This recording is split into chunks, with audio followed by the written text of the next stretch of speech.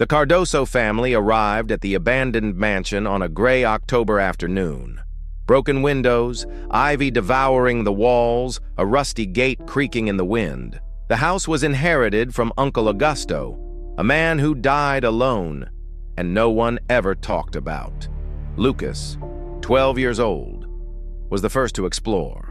In the main hall, a huge portrait caught his attention, a girl in a white dress with a delicate smile. The date read 1897, but there was something wrong with her eyes that seemed to follow him. On the first night, the whispers came, voices from within the walls, words filled with despair. The flashlight flickered, shadows moved on their own. And then, a child's voice. Help me. Set me free. The next morning, Lucas discovered a hidden door behind a bookshelf. Stairs descended into a basement that didn't exist in the house plans. Rusty chains hung from the ceiling. On the floor, a circle of salt and sinister symbols. Something terrible happened there.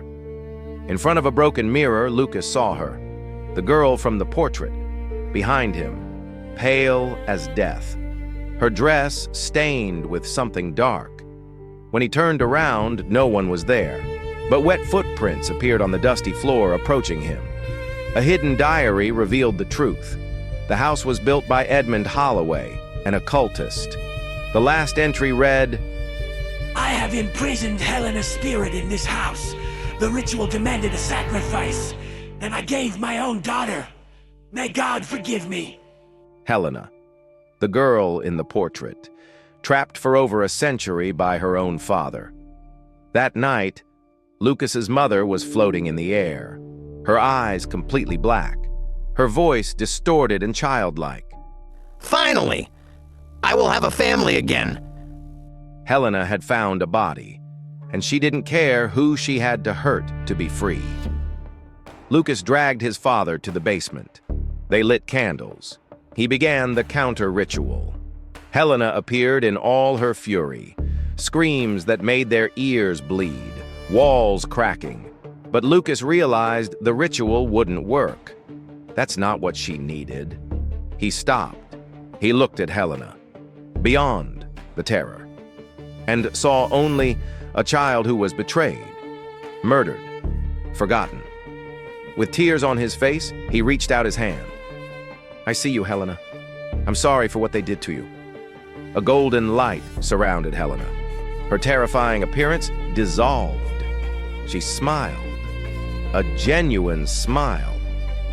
Thank you, she whispered. And then, particle by particle, she ascended toward the peace she deserved for over a century. Lucas's mother woke up, finally free. The chains in the basement turned to dust. The portrait on the wall now showed only an empty frame. The family left that morning. They say that on silent nights, you can still hear a child's laughter in the house. But now it's a peaceful laughter. Because sometimes, ghosts don't want to haunt us. Sometimes, they just want to be heard. They just want to be remembered. They just want, finally, to be free.